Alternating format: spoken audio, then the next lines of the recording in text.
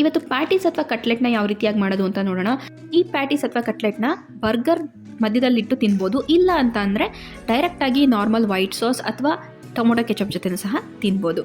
So ರೆಸಿಪಿನ ಶುರು ಮಾಡೋಣ.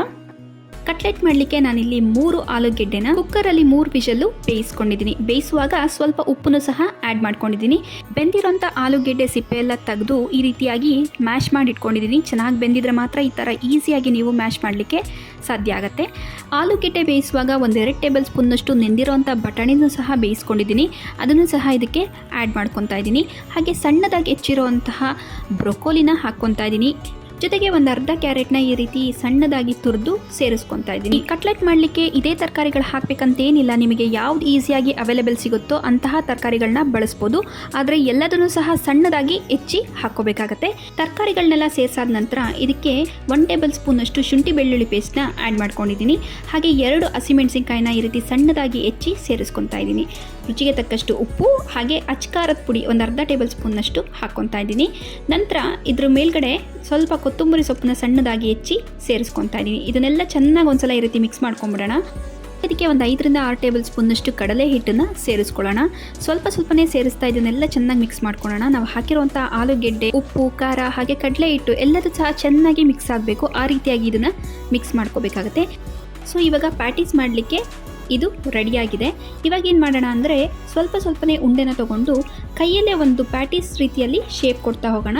ಈ ರೀತಿ ಎಡ್ಜಸ್ ಎಲ್ಲ ರೌಂಡ್ಗೆ ಆದಷ್ಟು ಮಾಡಿಕೊಂಡು ನೋಡಿ, ಈ ರೀತಿಯಾಗಿ ಕಡಲೆಬೇಳೆ ವಡೆ ಎಲ್ಲ ಶೇಪ್ ಮಾಡ್ಕೊತೀವಲ್ಲ ಅದೇ ರೀತಿಯಾಗಿ ಆ ಶೇಪಲ್ಲೇ ರೌಂಡಕ್ಕೆ ಈ ರೀತಿಯಾಗಿ ಮಾಡ್ಕೊಳ್ಳೋಣ. ಇದೇ ರೀತಿ ನಾನು ಎಲ್ಲ ಪ್ಯಾಟೀಸ್ಗಳನ್ನು ರೆಡಿ ಮಾಡಿ ಇಟ್ಕೊತಾ ಇದ್ದೀನಿ. ನಾನಿಲ್ಲಿ ಬ್ರೆಡ್ ಕ್ರಮ್ಸ್ನ ತೊಗೊಂಡಿದ್ದೀನಿ. ಬ್ರೆಡ್ ಕ್ರಮ್ಸ್ನ ಮನೇಲೇ ಸಿಂಪಲಾಗಿ ಯಾವ ರೀತಿ ಮಾಡೋದು ಅಂತಲೂ ಒಂದು ವಿಡಿಯೋ ಮಾಡಿ ಹಾಕಿದ್ದೀನಿ. ಅದನ್ನು ಡಿಸ್ಕ್ರಿಪ್ಷನ್ ಬಾಕ್ಸಲ್ಲಿ ಈ ಬ್ರೆಡ್ ಕ್ರಮ್ಸ್ ಮಾಡೋದು ಹೇಗೆ ಅನ್ನೋ ಲಿಂಕ್ನ ಹಾಕಿರ್ತೀನಿ, ದಯವಿಟ್ಟು ಅದನ್ನು ಚೆಕ್ ಮಾಡಿ. ನಂತರ ನಾನಿಲ್ಲಿ 3 ಟೇಬಲ್ ಸ್ಪೂನ್ನಷ್ಟು ಮೈದಾ ಹಿಟ್ಟನ್ನು ತೊಗೊಂಡಿದ್ದೀನಿ. ಈ ಮೈದಾ ಹಿಟ್ಟಿಗೆ ಸ್ವಲ್ಪ ನೀರನ್ನು ಸೇರಿಸಿ ಒಂದು ಒಳ್ಳೆ ಬ್ಯಾಟರ್ನ ರೆಡಿ ಮಾಡ್ಕೊಳ್ಳೋಣ. ಆದಷ್ಟು ಸೆಮಿ ಲಿಕ್ವಿಡ್ ಥರ ಬ್ಯಾಟರ್ ಇರಬೇಕಿದು, ತುಂಬ ತೆಳ್ಳಗೂ ಅಲ್ಲ ತುಂಬ ಗಟ್ಟಿಗೂ ಅಲ್ಲ. ಆ ರೀತಿಯಾಗಿ ಇದನ್ನು ರೆಡಿ ಮಾಡಿ ಇಟ್ಕೊಂಡಿದ್ದೀನಿ. ನಾವು ರೆಡಿ ಮಾಡಿ ಇಟ್ಕೊಂಡಿರೋಂತಹ ಈ ಪ್ಯಾಟೀಸ್ ಇದೆಯಲ್ಲ, ಇದನ್ನು ಇದಕ್ಕೆ ಈ ರೀತಿ ಹತ್ಕೊತಾ ಇದ್ದೀನಿ. ಸೊ ಇದು ಚೆನ್ನಾಗಿ ಡಿಪ್ ಆಗಬೇಕು. ಸುತ್ತಲೂ ಸಹ ಚೆನ್ನಾಗಿ ಡಿಪ್ ಆದ ನಂತರ ಇದನ್ನು ನಾವು ಬ್ರೆಡ್ ಕ್ರಮ್ಸ್ ತೊಗೊಂಡಿದ್ದೀವಲ್ಲ ಅದ್ರ ಮೇಲ್ಗಡೆ ಹಾಕ್ಕೊತಾ ಇದ್ದೀನಿ. ಸೊ ನೀಟಾಗಿ ಇದನ್ನು ಕೋಟ್ ಮಾಡ್ಕೊಂಬಿಡೋಣ ಈ ರೀತಿಯಾಗಿ.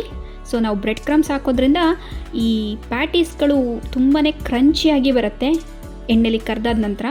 ಸೊ ನೋಡಿ, ಈ ರೀತಿಯಾಗಿ ನಾನು ಇದೇ ರೀತಿ ಎಲ್ಲ ಪ್ಯಾಟೀಸ್ಗಳನ್ನು ರೆಡಿ ಮಾಡಿ ಇಟ್ಕೊತಾ ಇದ್ದೀನಿ. ಸೊ ಈ ರೀತಿ ರೆಡಿ ಮಾಡಿ ಇಟ್ಕೊಂಡಿರುವಂತಹ ಪ್ಯಾಟೀಸ್ನ 30 ಮಿನಿಟ್ಸು ಫ್ರೀಸರಲ್ಲಿ ಇಟ್ಬಿಡೋಣ.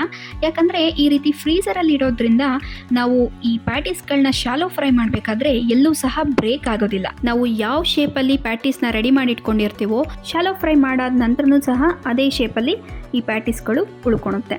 ಇಲ್ಲ ಅಂತಂದರೆ ಸಮ್ಟೈಮ್ಸು ಸ್ವಲ್ಪ ಬ್ರೇಕ್ ಆಗೋ ಚಾನ್ಸಸ್ ತುಂಬಾ ಇರುತ್ತೆ. ಆದ್ದರಿಂದ 30 ಮಿನಿಟ್ಸ್ ಆದರೂ ನೀವು ಇದನ್ನು ಫ್ರೀಸರಲ್ಲಿ ಇಟ್ಟು ನಂತರ ಇದನ್ನು ಶಾಲೋ ಫ್ರೈ ಮಾಡ್ಕೋಬೇಕಾಗತ್ತೆ.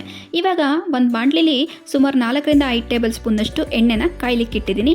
ಎಣ್ಣೆ ಚೆನ್ನಾಗಿ ಕಾದಾದ ನಂತರ ನಾವು ಏನು ಫ್ರೀಸರಿಂದ ತೆಗ್ದಿದ್ದೀವಿ ಪ್ಯಾಟೀಸು ಅದನ್ನು ಇದಕ್ಕೆ ಹಾಕ್ತಾಯಿದ್ದೀನಿ. ನಾವಿಲ್ಲಿ ಶಾಲೋ ಫ್ರೈ ಮಾಡ್ಕೊತಿರೋದ್ರಿಂದ ಇದನ್ನು ಫ್ರೈ ಮಾಡ್ಕೊಳ್ಳಿಕ್ಕೆ ಜಾಸ್ತಿ ಎಣ್ಣೆನೂ ಸಹ ಬೇಕಾಗಿಲ್ಲ.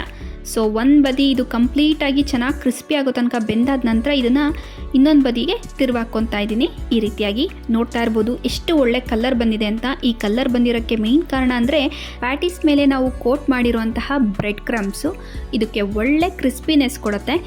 ಹಾಗೆ ತಿನ್ನುವಾಗಲೂ ಸಹ ಕ್ರಿಸ್ಪಿ ಆ್ಯಂಡ್ ಕ್ರಂಚಿಯಾಗಿ ಚೆನ್ನಾಗಿ ಅನಿಸುತ್ತೆ. ಸೊ ನೋಡ್ತಾ ಇರ್ಬೋದು 2 ಬದಿನೂ ಸಹ ಚೆನ್ನಾಗಿ ಬೆಂದಿದೆ ಈ ಪ್ಯಾಟೀಸು. ಸೊ ಇದನ್ನೆಲ್ಲ ಒಂದು ಬೌಲ್ಗೆ ತೆಗೆದಾಕೊತಾ ಇದ್ದೀನಿ. ನೋಡಿದ್ರಲ್ಲ ಕಟ್ಲೆಟ್ ರೆಸಿಪಿನ ಯಾವ ರೀತಿ ಮಾಡೋದು ಅಂತ. ಈ ರೆಸಿಪಿನ ನಿಮ್ಮ ಮನೆಗಳಲ್ಲಿ ಟ್ರೈ ಮಾಡಿ ಹೇಗೆ ಬಂತು ಅಂತ ನಮಗೆ ಕಾಮೆಂಟ್ ಮೂಲಕ ತಿಳಿಸಿ. ಮತ್ತೊಂದು ರೆಸಿಪಿ ಜೊತೆ ನಾನು ನಿಮ್ಮನ್ನು ಮತ್ತೆ ಭೇಟಿ ಆಗ್ತೀನಿ. ಅಂಟಿಲ್ ದೆನ್ ಟೇಕ್ ಕೇರ್, ಬಾಯ್.